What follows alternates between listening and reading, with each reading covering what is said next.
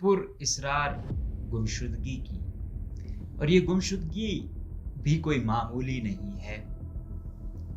یہ کہ بہت بڑی شخصیت ہے، اس سے ہمارے ہزاروں لاکھوں اختلاف ہو سکتے ہیں، لیکن وہ ایک اس کے ماننے والے شاید ہزاروں کئی ہزاروں میں ہیں۔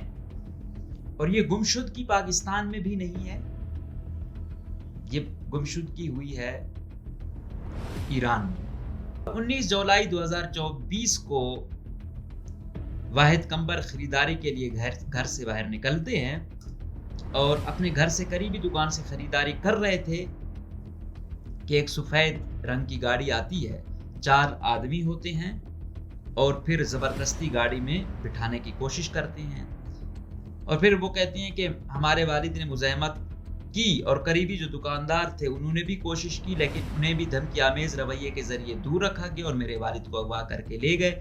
چونکہ وہ کرمان میں ایک اجنبی تھی، اس لیے بھی مقامی لوگ جو اس واقعے کے چشمدید گواہ ہیں اس صورتحال کو سمجھنے سے قاصر رہے۔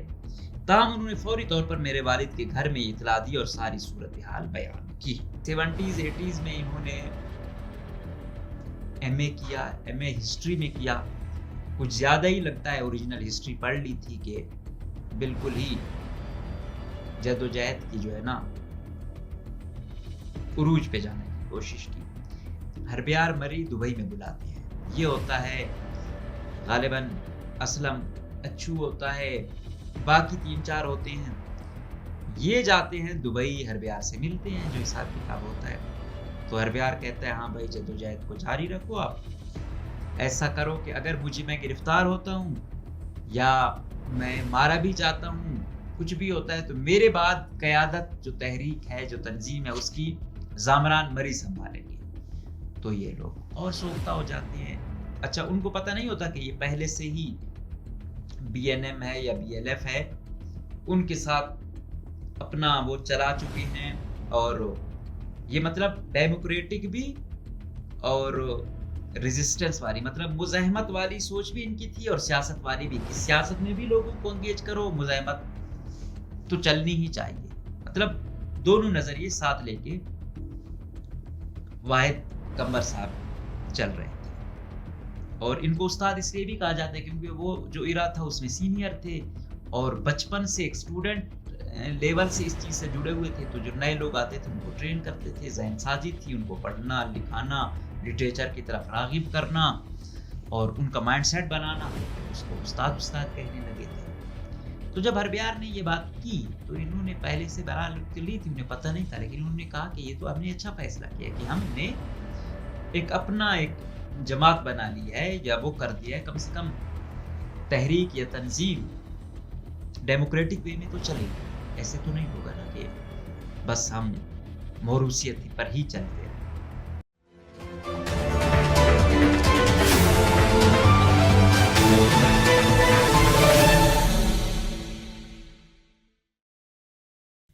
السلام علیکم، آج ہم بات کریں گے ایک پر اسرار گمشدگی کی، اور یہ گمشدگی بھی کوئی معمولی نہیں ہے۔ یہ کہ بہت بڑی شخصیت ہے، اس سے ہمارے ہزاروں لاکھوں اختلاف ہو سکتے ہیں، لیکن وہ ایک اس کے ماننے والے شاید ہزاروں کئی ہزاروں میں ہیں، اور اس کو اس طرح ہائی لائٹ نہیں کیا گیا جس طرح ہونا چاہیے تھا، اور یہ سٹوری ابھی بلڈ ہو رہی ہے، کافی دیر کر دی، لیکن اس پر بات ہونی بھی ہے اور اس کا کوئی حل بھی نکلنا چاہیے۔ اور یہ گمشدگی پاکستان میں بھی نہیں ہے، یہ گمشدگی ہوئی ہے ایران میں، لیکن جو شخصیت ہیں ان کا تعلق بلوچستان سے ہے، اور ان کا اگر آپ کو نام بتائیں تو وہ ان کو مشہور جس نام سے پکارا جاتا ہے استاد واحد کمبر بلوچ کہا جاتا ہے۔ آج ان کی بیٹیوں نے پریس کانفرنس کی اور انہوں نے بتایا کہ ہمارے والد کو یہ پہلی دفعہ نہیں لاپتہ کیا جا رہا، بلکہ